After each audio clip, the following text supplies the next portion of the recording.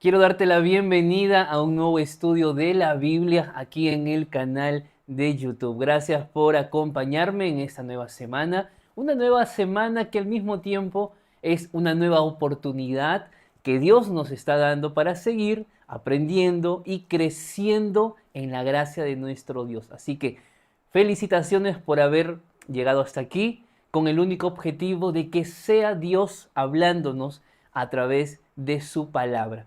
Para esta semana estaremos estudiando la lección número 10. Estamos casi ya a terminar lo que ha sido el estudio a los filipenses y colosenses, pero en esta semana principalmente el estudio aborda un tema teológico que ha generado cierta discusión entre los cristianos y tiene que ver con Colosenses capítulo 2, versículos 16 y 17, donde Pablo dice, por tanto, que nadie juzgue en comida, que nadie juzgue en bebida, ni siquiera en sábados.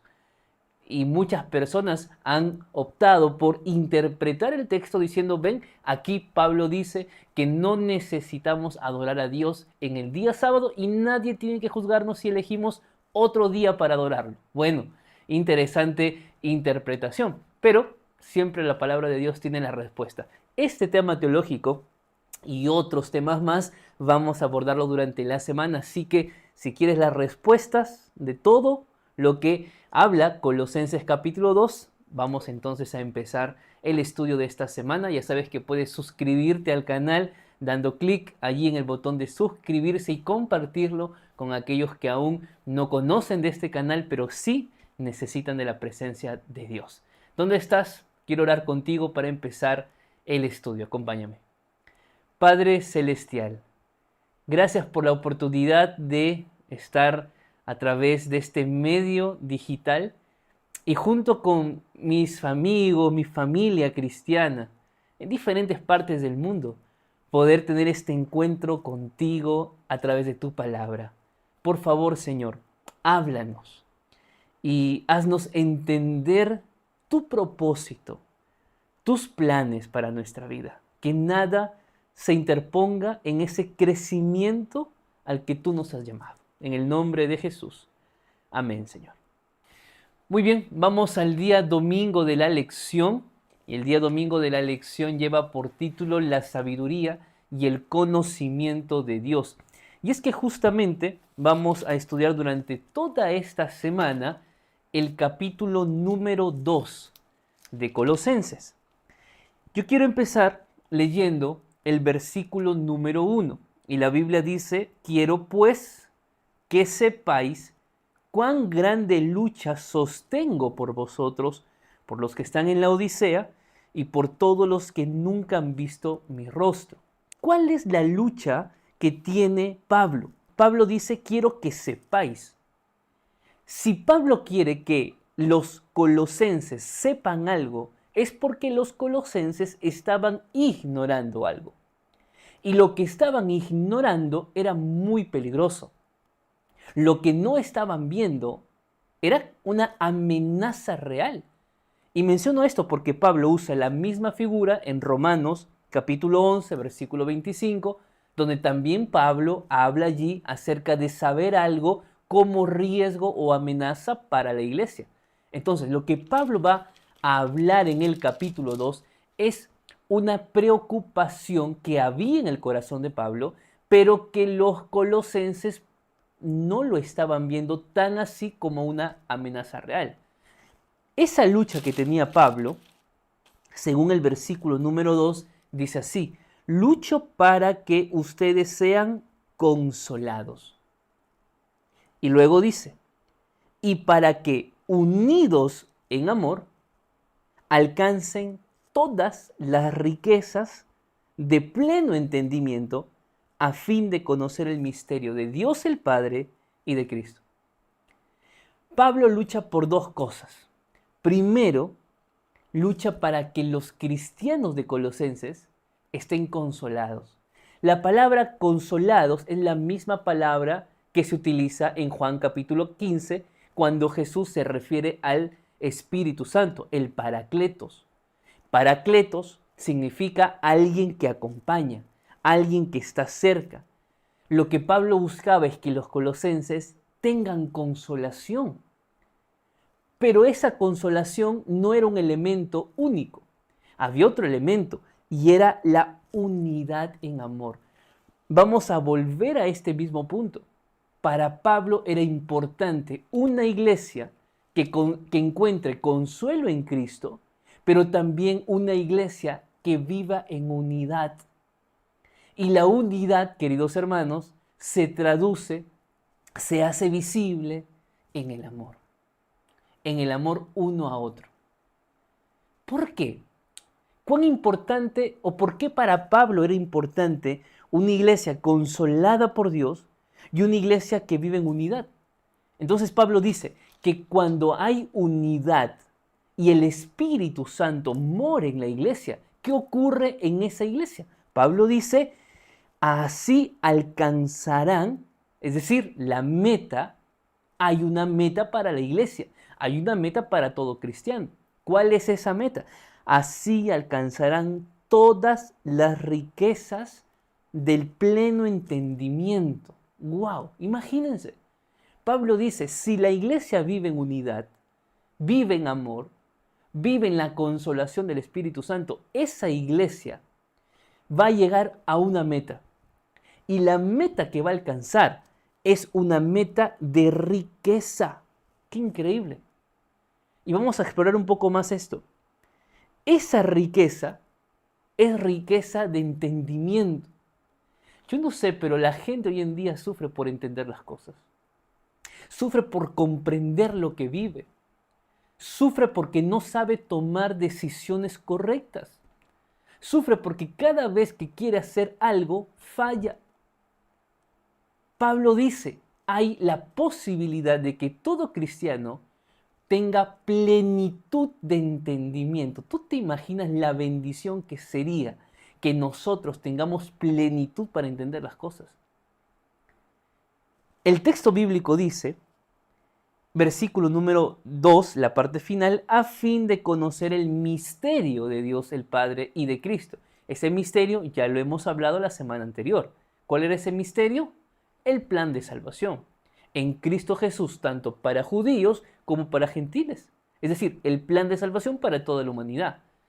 Cuando el ser humano vive en amor, cuando el ser humano tiene consolación del Espíritu, entendemos plenamente lo que es y será el plan de salvación para el ser humano.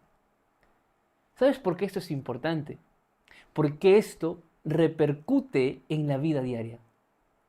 Y justamente el versículo número 3, hablando de Cristo, dice lo siguiente, en quien están escondidos, interesante, todos los tesoros de la sabiduría y del conocimiento. ¿Sabes?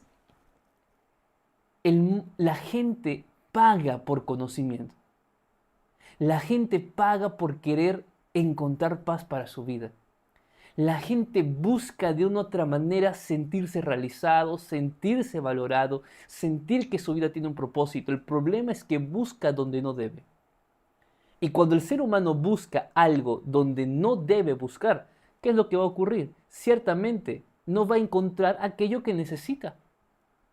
¿Por qué? Porque lo que la palabra de Dios dice es que en Cristo están escondidos, no escondidos para que permanezcan escondidos, escondidos para desenterrar aquello.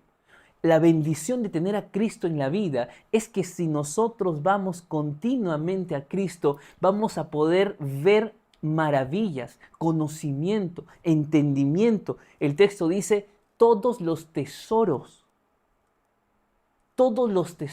es decir, la verdadera riqueza que tú necesitas no está en tu trabajo, no está en tu profesión, no está en tus negocios.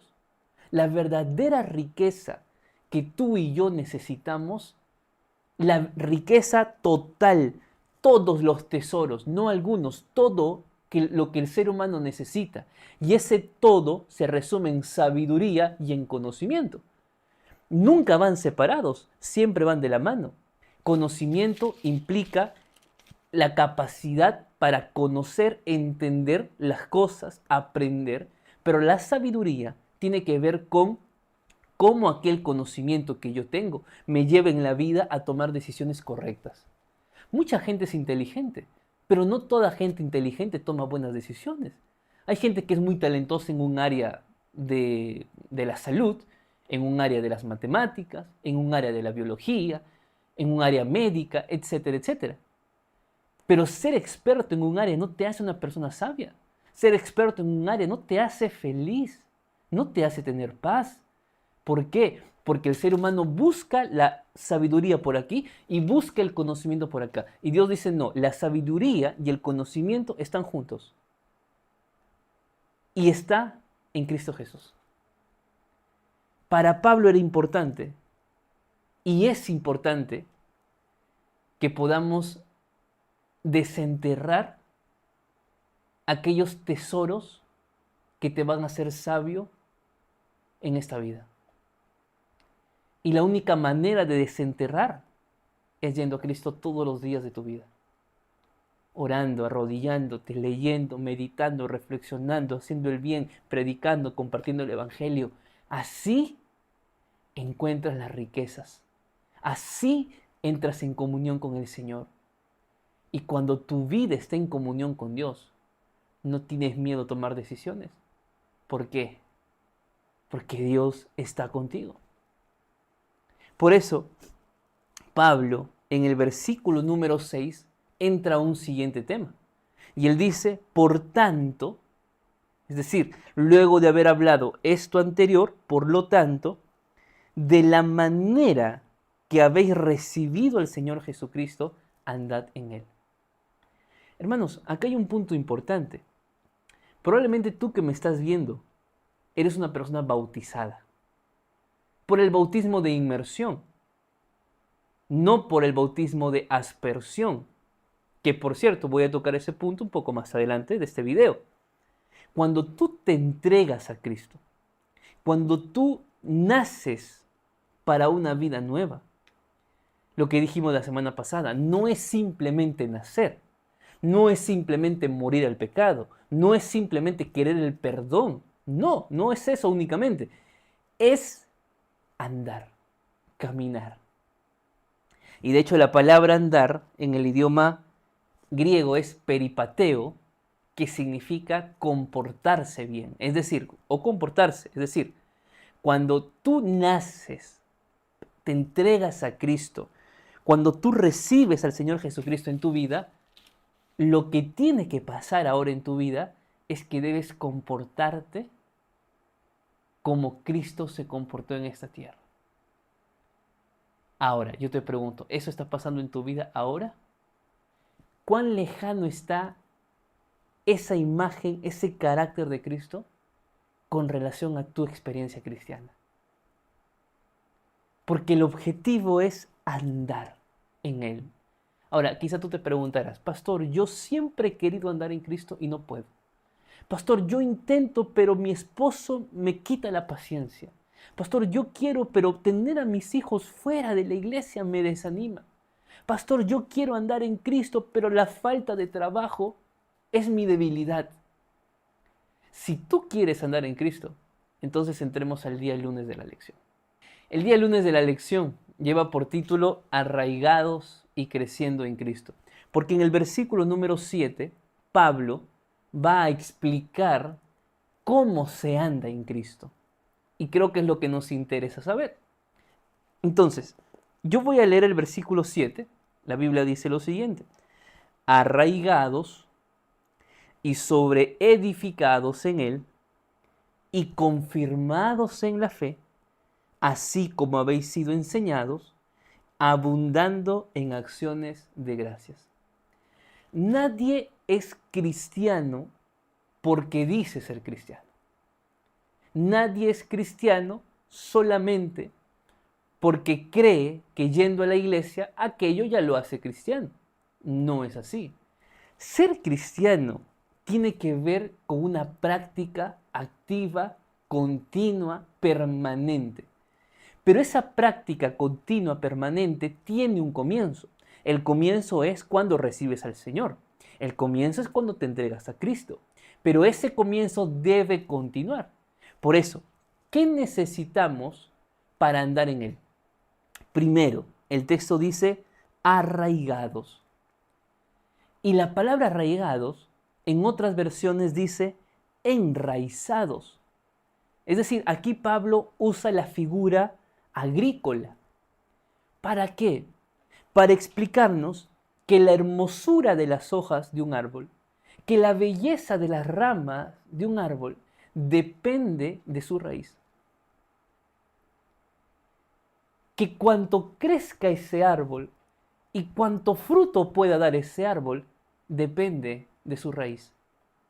Si su raíz es fuerte, soporta tormentas. Si su raíz es fuerte, crece derecho. Si su raíz es fuerte, da fruto. ¿Qué significa eso? El cristiano necesita enraizarse en Cristo. No en la experiencia propia, no en los logros, no en sus sueños personales. No, hay que enraizarnos en Cristo. Cuando el cristiano se enraiza en Cristo, va a crecer derecho. Va a crecer y va a ser grande. Va a crecer y cuando haya tormenta en su vida, cuando haya pruebas y luchas en su vida, no será suficiente para derrumbar aquel árbol que eres tú porque estás enraizado. Y cuando estás enraizado, naturalmente vas a dar fruto. Es decir, la presencia del Espíritu Santo en tu vida será visible. El cambio de carácter, la transformación de carácter que necesitas será visible. ¿Por qué? Porque estás, como dice Pablo, arraigado. Por eso Pablo más adelante va a decir también sobre edificado. Es decir, cuando Pablo habla de la edificación, es decir, hay que echar primero los cimientos y luego hay que construir. Pablo pasa de una imagen agrícola, ahora pasa a una imagen de construcción, a una figura de construcción. ¿Por qué? Porque claro, primero te enraizas en tu comunión con Dios diariamente, buscándolo incansablemente. Cuando tú te enraizas, ahora vas a empezar a crecer. Pero qué interesante, porque hay que echar los cimientos y hay que levantarnos. Pero por ejemplo, tu casa. No siempre la casa se construye los 3 pisos en un solo momento. Ni siquiera la casa de un primer piso se construye en una semana. ¿Por qué? Porque es un proceso. Porque toma tiempo. Porque hay que ver medidas, hay que ver presupuestos, hay que ver acabados, hay que ver la parte eléctrica, la parte sanitaria. Y todo eso empezar ya no a pensar o a mapear, sino a ejecutarlo. Bueno, en la vida cristiana funciona igual. Tú puedes haberte enraizado, has dado un primer buen paso. Pero, ¿qué pasa si te quedas ahí como un árbol que se quedó y no creció? Va a morir. Necesitamos entender que la vida cristiana es un proceso de crecimiento. La vida cristiana es un proceso de edificación. Pero ¿sobre quién tenemos que edificarnos? Sobre Cristo Jesús. Cuando nos arraigamos en Cristo, cuando crecemos en Cristo, naturalmente vamos a ser confirmados en la fe. La gente va a poder ver en ti, va a poder ver en mí, de que somos cristianos sinceros. No hay que forzarlo. Basta con enraizarte y basta con sobreedificarte en Cristo. Ahora, visiblemente, damos muestra de que estamos enraizados y de que estamos sobreedificados en Cristo. Claro que sí, visiblemente es notorio. Mucha gente dice, no, yo y mi comunión con Dios, el resto no importa. No, tampoco es así, porque el cristiano tiene que dar frutos. Ahora, ¿qué fruto es uno de todos los que el cristiano va a mostrar cuando se enraiza y se sobreedifica en Cristo? Bueno, el texto bíblico dice, abundando en acciones de gracia. Abundando. Cuando un cristiano tiene a Cristo en su corazón, vive feliz, vive contento. No quiero decir que no tenga pruebas, claro que las tiene, y fuertes, No quiere decir que no tenga enfermedad. Puede tenerla, incluso hasta con tiempo limitado. Pero nada es suficiente para robarte el gozo de tu corazón porque vives agradecido, agradecida con Dios. Agradeces a Dios no solamente por lo que vives como tormenta, sino por lo que has vivido en la paz del Señor. Vives agradecido porque tu vida no depende de una circunstancia, sino del llamado que el Señor te ha hecho. Cuando un cristiano está enraizado, está sobreedificado en Cristo Jesús, hermanos queridos, abundan los frutos. No es que muestre un fruto una vez al año, solo cuando se necesita, no. La vida es una constancia de frutos que da y la gente ve. Principalmente, ¿qué fruto? La acción de gracia, la gratitud. Cristiano ingrato, cristiano que por alguna circunstancia le ha dado la espalda a Dios, es un cristiano que no ha madurado en la fe. Un cristiano maduro es aquel que aún en las circunstancias más adversas, la acción de gracia, la gratitud, sobreabunda en su corazón. Yo te pregunto, ¿cómo está tu fe? ¿Cuánto de los tesoros para entender su plan divino has podido desenterrar? ¿Cuánto de el carácter de Cristo que ya nos ha dejado escrito, cómo podemos encontrarlo, lo estamos teniendo? Esas son las preguntas que hay que hacernos. Porque esto no es únicamente para los colosenses.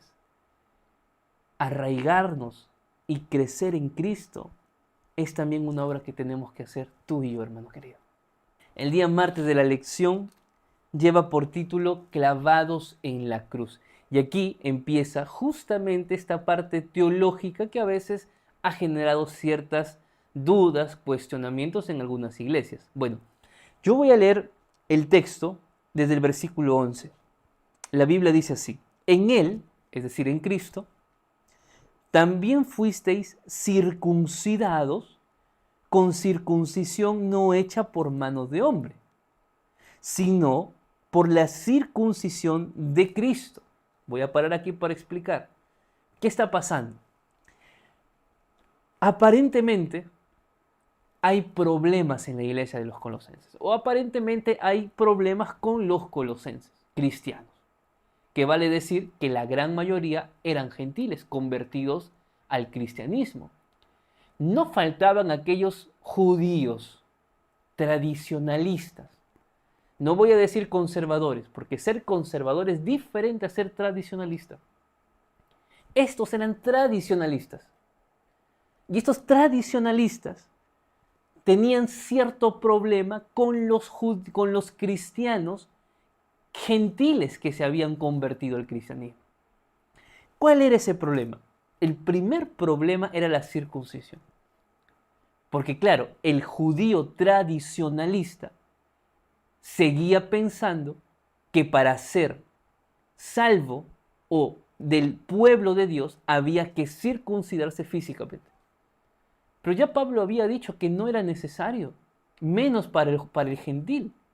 Pablo dice, ustedes, colosenses, ya fueron circuncidados, pero no en la circuncisión hecha por mano humana, sino en la circuncisión hecha por Cristo, en la cual sois despojados de vuestra naturaleza pecaminosa. Es decir, la insistencia en la circuncisión física no era más un requisito espiritual. Luego Pablo dice, la eliminación de las malas tendencias del corazón no se dan por una práctica física, sino que la eliminación de las tradiciones malas o las tendencias malas del corazón se dan cuando el cristiano, como decía el versículo número 6, ha recibido a Cristo. Ese es el primer problema que estamos encontrando aquí. No es el único. Segundo problema, el tema del bautismo, versículo 12. ¿Qué problema había en Colosenses? Versículo 12 dice así: con Él, nuevamente, con Cristo, fuisteis sepultados en el bautismo, y en Él fuisteis también resucitados por la fe en el poder de Dios que lo levantó de los muertos. Para los judíos tradicionalistas, no era suficiente el bautismo. Algo más hay que hacer. Circuncisión, algo más hay que hacer. Tradición, algo más hay que hacer. Estas prácticas. ¿Por qué? Porque eran tradicionalistas.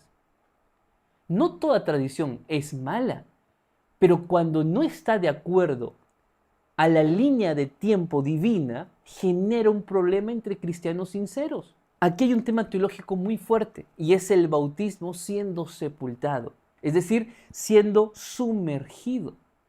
Y yo hablo con mucho amor para alguna persona, algún cristiano católico que me está viendo, o de otra denominación, que no practica el bautismo por inmersión. Yo he escuchado personas de otras denominaciones que me dicen: pero pastor, el bautismo al final es lo mismo. Al final lo que importa es el símbolo. ¿Y cuál es el símbolo? Entregarse a Cristo. No es así. Porque cuando tú te bautizas por inmersión, tú eres sepultado juntamente con Cristo.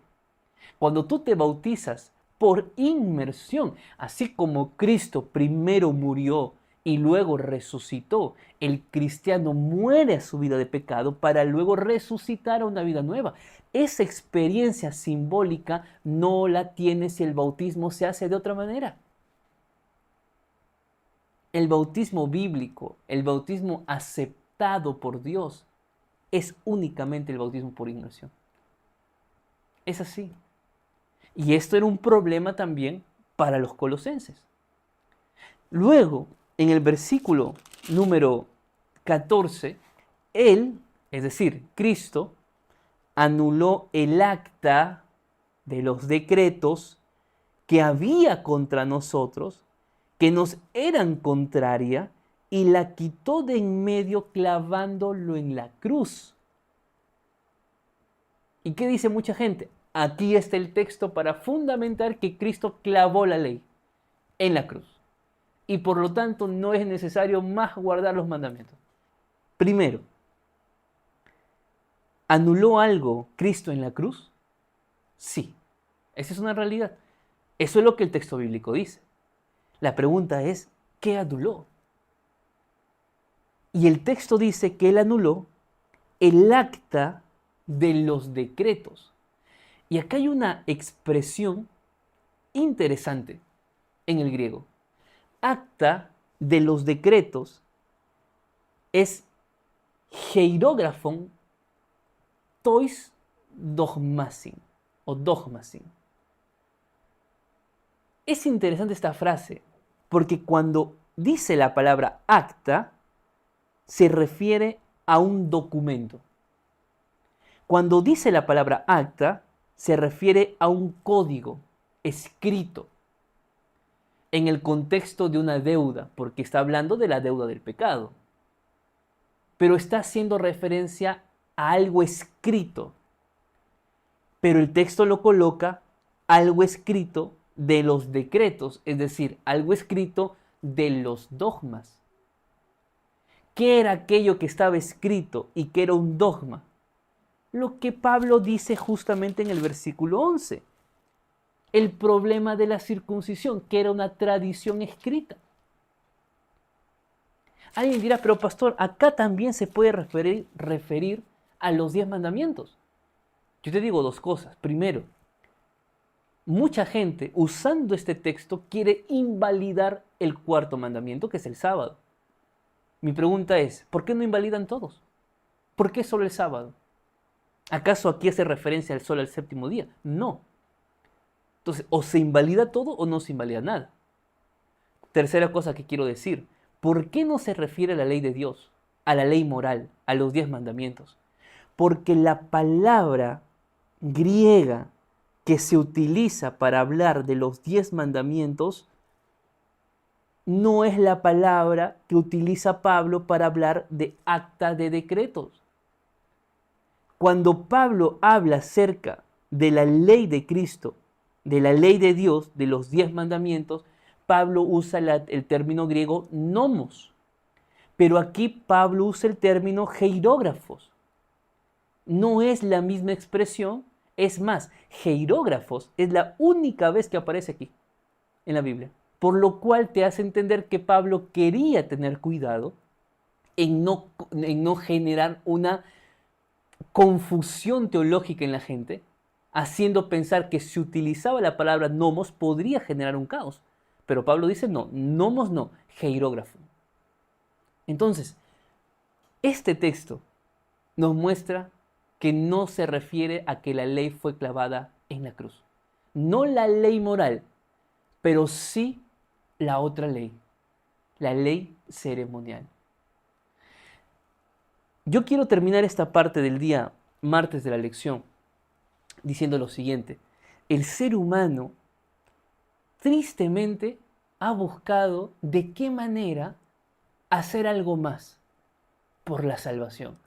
De qué manera se puede hacer algo más para sentir de que estamos bien en la vida cristiana. El problema es que a veces en ese querer hacer algo más terminamos por convertir en dogmas cosas que no son. Convertir en dogmas y llevar ese dogma a que sea un acto, una obra que a mucha gente le hace pensar que necesita hacerlo para ser salvo. Cuando la salvación es por gracia. Cuando la salvación es por la fe en Cristo Jesús. Y ya hemos hablado de eso. No quiero que te confundas. Pero las obras que hacemos no es para salvarnos. Las obras que hacemos es resultado de la salvación. Es resultado de lo que el Espíritu Santo hace en nuestra vida. Es resultado de vivir arraigado, sobreedificado en Cristo Jesús. Es el resultado, las obras, de andar con Él, de habernos entregado a Cristo. Por lo tanto, la ley moral no fue clavado en la cruz del Calvario. Añadido a esto, ¿y qué hay con el texto de que nadie debe juzgar en sábados, lunas nuevas, etcétera? Bueno, veámoslo ahora entonces esto en el día miércoles de la lección. El título es ¿Sombra o realidad? Y aquí vamos a leer Colosenses capítulo 2, versículos 16 al 19. La Biblia dice así: Por tanto, nadie os critique en asuntos de comida o de bebida, o en cuanto a días de fiesta, luna nueva o sábados. Nadie debe criticar. Aparentemente eso dice el texto bíblico. Ahora, el versículo 17 dice: todo esto es sombra de lo que ha de venir, pero el cuerpo es de Cristo. Es decir, todo aquello, comida, bebida, días de fiesta, luna nueva, sábados, todo aquello es sombra, es imagen de una realidad mayor. Ahora, el problema no está allí principalmente. El problema está en qué está juzgando Pablo que ya no debemos hacer aparentemente. Bueno, primero, hay varias cosas que mencionar. Yo voy a compartirles a los que están en el grupo de WhatsApp, que no está siempre activo, pero a los que están ahora, yo voy a compartirles un documento, un artículo específicamente de este punto, porque es muy amplio. Pero voy a tratar de resumirlo, pero si tú quieres tenerlo completamente este artículo, te lo voy a dejar allí en el grupo de WhatsApp para los que están incluidos. Ahora, punto aquí importante. Pablo empieza diciendo, por tanto, en conclusión, esto es clave, hermanos, porque Pablo no es que va a abordar un tema nuevo. Pablo está yendo a la conclusión de lo anterior. ¿Y cuál ha sido el estudio anterior? Las tradiciones que tenían los judíos que ya no eran aprobadas por Dios. Ese es el punto clave. Por eso Pablo dice, por tanto, que nadie los critique o que nadie los juzgue. Y eso es interesante porque la palabra juzgar tiene que ver con condenar. Nadie los condene, dice Pablo, y la traducción o la nueva traducción viviente dice así: nadie los condene por no participar de comida, bebida, en cuanto a días de fiesta, luna nueva o sábados. O sea, si no participas de aquello, no tienen por qué juzgarte. Claro, porque comida, bebida, hace referencia no específicamente al acto de comer y de beber.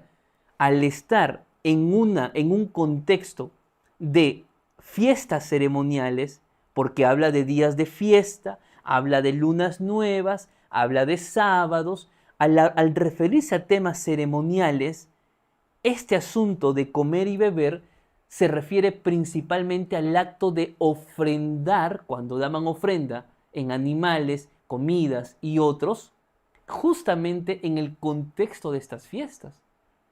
Por lo tanto, Pablo dice, nadie debe condenarlos si no participan de eso. Nadie debe condenarlos si no guardan los sábados ceremoniales. Nadie debe condenarlos si no participan de la luna nueva. ¿Por qué nadie debe condenarlos? Porque todo aquello es sombra. ¿Se entiende? No se les debe condenar porque todo aquello era sombra. Era solamente una figura. No era el fin. Para el judío era el fin. Para el judío era lo más importante. Pero Pablo dice, no, eso era un medio para comprender un asunto mayor. ¿Y cuál es ese asunto mayor? Cristo Jesús. Entendiendo de que no había necesidad más de hacer sacrificios porque ya el sacrificio verdadero, esperado, había sido crucificado en la cruz del Calvario y ya no había necesidad de más. Por lo tanto, queridos amigos, no hay por dónde confundirnos o caer en la confusión de pensar que Dios, a través de lo que Pablo escribe, juzga de que Dios no debe ser adorado en el día de reposo, que es el sábado, y que puede ser adorado en cualquier otro día. No es el concepto bíblico. Todo aquello era simplemente sombra de Cristo Jesús. Así que de esta manera se entiende claramente lo que significa el texto de Colosenses capítulo 2, versículo número 16 y 17. Y el día jueves de la lección lleva por título Mandamientos de hombres. Vamos a leer Colosenses capítulo número 2, versículos 20 al 23. La Biblia dice lo siguiente: si habéis muerto con Cristo en cuanto a los rudimientos del mundo, ¿por qué, como si vivierais en el mundo, os sometéis a preceptos tales como no uses, no comas, no toques? Todos estos preceptos son solo mandamientos y doctrinas de hombres, los cuales se destruyen con el uso. Tales cosas tienen a la verdad cierta reputación de sabiduría, pues exigen cierta religiosidad, humildad y duro trato del cuerpo, pero no tienen valor alguno contra los apetitos de la carne. ¿Se dan cuenta que Pablo no está de acuerdo con lo que hemos mencionado anteriormente? Pablo no avala la observancia de cualquier día como día de adoración. Pablo no avala que el sábado ya no es día de reposo. Pablo está diciendo que todo aquello que aún se sigue haciendo y que se hacía en el tiempo de los colosenses, fiestas, sacrificios, lunas nuevas, adoración en el sábado ceremonial, todo eso no tiene valor. Pablo dice, si tú ya naciste en Cristo, ¿por qué te sometes a las cosas tradicionales que no tienen valor alguno? Sí, dice, tienen cierta religiosidad, sí, es verdad, requieren cierta humildad, a veces hasta trato duro del propio cuerpo, quizá por lo que puede implicar algún castigo físico, pero no tiene valor contra los apetitos de la carne. Es decir, puedes hacer muchas cosas externamente, puedes hacer muchas cosas tradicionalmente, pero no significa que tu corazón va a ser transformado. Ahora, yo no quiero ya enfocarme en los colosenses, quiero enfocarme en tu realidad cristiana. ¿Será que tal vez hay cosas que haces simplemente para agradar a Dios y para que Dios no te castigue? Yo he escuchado personas que me dicen, pastor, si yo no voy a la iglesia, Dios me va a castigar y yo no quiero ser castigada por Dios. Esa mentalidad de miedo a Dios y de no sufrir una crisis, mejor le obedezco. ¿Qué tipo de cristianismo es eso? ¿Qué tipo de cristianismo es hacer las cosas rutinariamente como cristianos pensando que esa rutina va a transformar nuestro corazón. Por eso, ten mucho cuidado cuando el sábado vas a la iglesia. Porque puede ser que estés yendo a la iglesia por una tradición familiar, por una rutina cristiana y no necesariamente para encontrarte con Dios. Mucha gente participa del culto, mucha gente canta, mucha gente diezma, mucha gente repasa la lección de escuela sabática y está perdida. Porque estos actos externos, hechos simplemente por rutina, porque la Biblia dice, mas no por una respuesta natural de amar a Dios. Aquello, como dice Pablo, no tiene poder contra los apetitos de la carne. Yo realmente quiero animarte de todo corazón, querido amigo, hermana que me estás viendo, tú que me estás escuchando. Yo quiero realmente animarte de todo corazón, porque una de las cosas más amenazantes que hay en la vida cristiana es caer en el conformismo, caer en la rutina, caer en la tradición. Ah, es que esto se hacía antes y si no es pecado. ¿Realmente la Biblia lo puede avalar? ¿O es simplemente tradición nuestra? ¿Cuántas cosas, hermanos, hacemos por tradición? Y estamos como los judíos pensando que aquello es la forma para agradar a Dios. La salvación es un regalo de Dios. Él ya murió por ti. Y si tú vives la vida cristiana pesadamente, vives la vida cristiana estresantemente, lamentándote de haber dejado el mundo, aunque sí amas a Cristo, pero es muy pesado dejar el alcohol, es muy pesado dejar el tabaco. Ay, es que no puedo cambiar mi carácter. Sí, cuando vives con el peso de ser cristiano, hay un problema en tu experiencia cristiana. Porque yo estoy seguro, porque la palabra de Dios dice, la vida cristiana se disfruta. No es para lamentarse, no es para decir, es que ya soy adventista, ya no puedo hacer esto. No, porque nosotros no hacemos cosas o dejamos de hacer cosas porque seamos adventistas. Hacemos lo que hacemos y no hacemos lo que no debemos hacer porque la Biblia lo enseña. Y la iglesia adventista cree en la palabra de Dios como está escrita. Por eso, yo quiero en esta semana poder reflexionar contigo y preguntarte si realmente estás completo en Cristo. Si estás completándote en Cristo o si perdiste ese deseo de seguir formándote en la gracia de Cristo. Yo espero que estés formándote, que estés arraigándote, que estés sobreedificándote, que estés andando con Él, que no caigas en tradiciones que tal vez al practicarlas no generan nada en ti.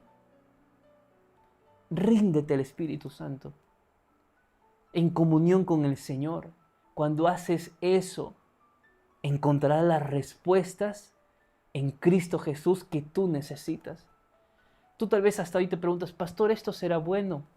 ¿Esto será malo? Algunas iglesias lo hacen, algunas iglesias no practican. ¿Qué hago? No importa lo que yo te diga, importa lo que la Biblia enseña. Yo voy a creer en lo que la palabra de Dios dice, pero mi discernimiento, mi sabiduría, no debe partir por la voz de un ser humano, debe partir por lo que Cristo ya dejó escrito. Pero si no vamos a la Escritura, ¿cómo conoceremos lo que realmente nuestra vida necesita? Mi deseo para ti en esta semana es que puedas seguir creciendo en la gracia de Cristo Jesús. A pesar de todo, a pesar de lo que vives, a pesar de lo que experimentas, A pesar de haber dejado a Cristo a un lado, a pesar de haber dejado de crecer, si hoy me estás viendo, si hoy me estás escuchando, es una oportunidad que Dios te da para que sigas creciendo en la fe. No te desanimes, por favor. Avanza, persevera, lucha incansablemente. Pero que cuando Cristo venga, te encuentres completo en Él, con su carácter, con una vida no cambiada, no reformada aquí, transformada completamente.